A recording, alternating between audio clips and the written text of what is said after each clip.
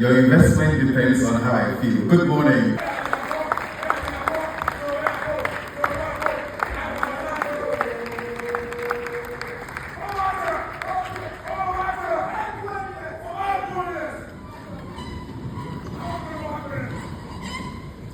Distinguished guests and congrats, partners, and fellow builders of our nation's future. Today marks the beginning of a movement. When we started Quick Angels years ago, our vision was very simple: to prove that Ghanaian entrepreneurs, when supported in the right way, can build companies that can compete anywhere in the world. And I'm proud to say that the vision worked.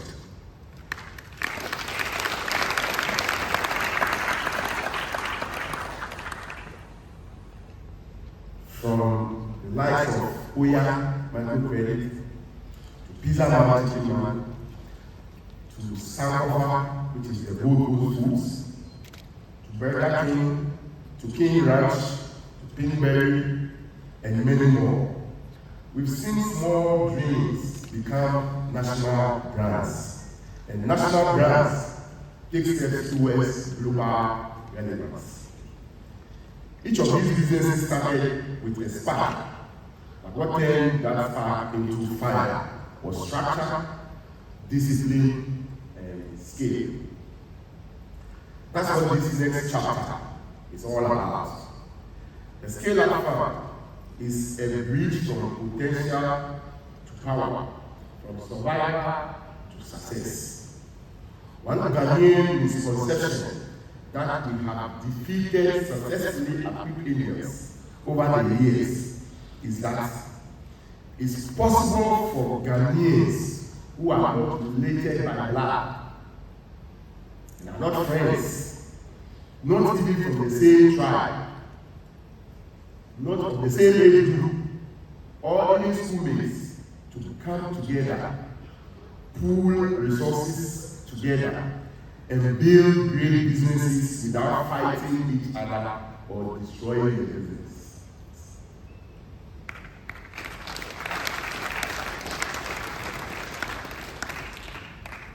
There's one thing I have found to be synonymous with all successful businesses in advanced economies.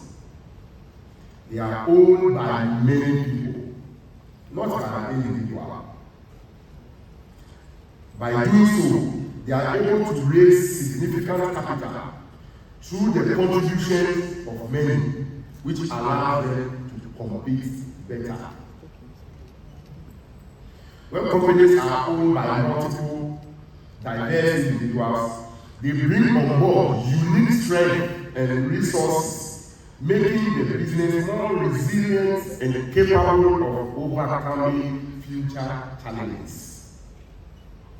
That is the secret of many successful private companies globally.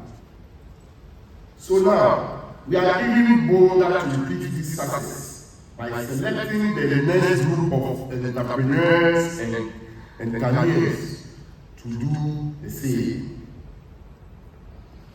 Almost all the successful and renowned businessmen we know globally don't even own 20% of the companies they founded.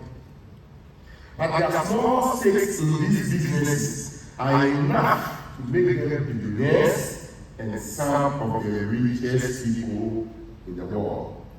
Let me give you an example. For example, our famous Elon Musk. He owns only 30% of the company Tesla. Jeff Bezos, Amazon, he owns only 10% of Amazon, the company he founded. Mark Zuckerberg, Facebook, he owns only 36% of that company. Bill Gates, Microsoft, he owns only 1% of that company. Warren Buffett, the president of Berkshire Hathaway, he owns only 14.3% of that company. Larry Page, Harvard, or Google, he owns, with his partner, they own only 3% of that company. Tim Cook, who founded with his partner Apple, his late partner. Tim Cook owns 0.02% of Apple. And 0.02, for you the mathematicians here, you know that is 0%. But it will interest you to know that this 0.02% and no makes him a billionaire.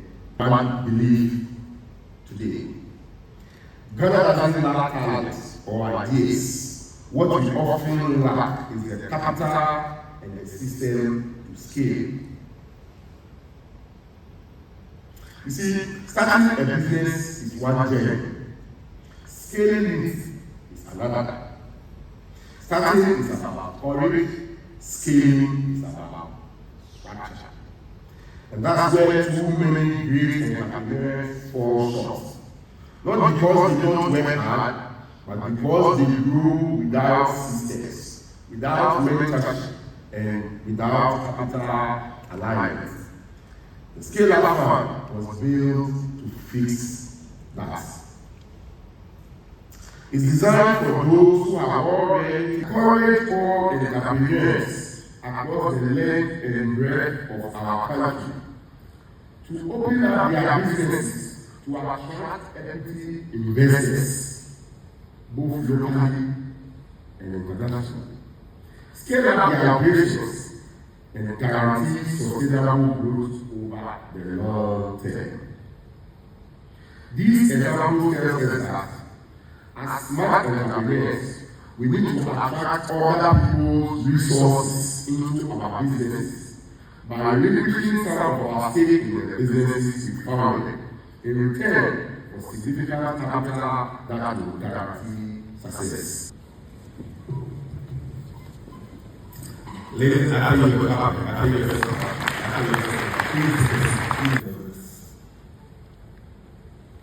I wanted to say that the architect who did this at the period created so many exits. Can count about 10. So it is easy for you to walk out of the place right now. That is the size of the back. Nobody forced you to get here. I'm sure your own drive, passion, whatever reason backing your decision on deciding to be an entrepreneur drove me here. Trust me. If you are making the nice cars and the private jets deceive you to come and sit here, please go back. If you are not ready to break yourself down and rebuild yourself, please, you are at the wrong location. Because, you see, we are all dressed nice here, white shirt, shoe, tackle. You are going to get yourself dirty. And that is the reality. It's not just about getting the investment money in an account, signing check, then you feel the CEO title. Me, when you call me CEO, I get scared. Because I know it's a lot of work, a lot of responsibility.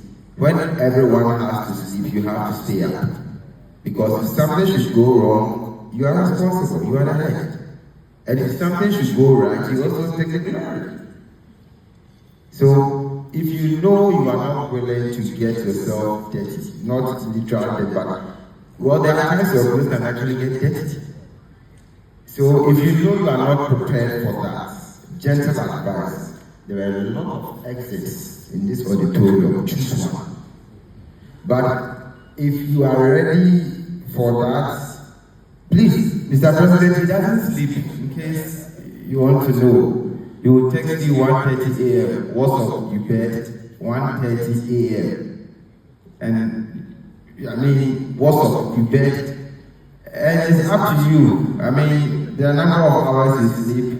when the businesses are at stake, will tell you the results you are likely to achieve. So be ready to go all out. Be ready to.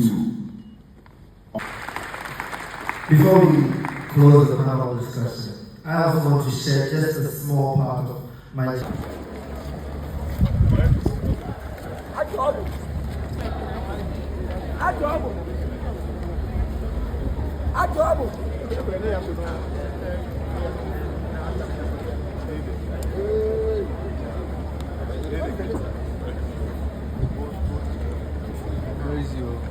I'll do your presentation. No, if you're not coming photo, why they come photo?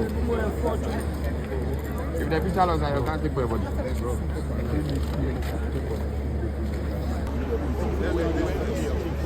Oh, go back.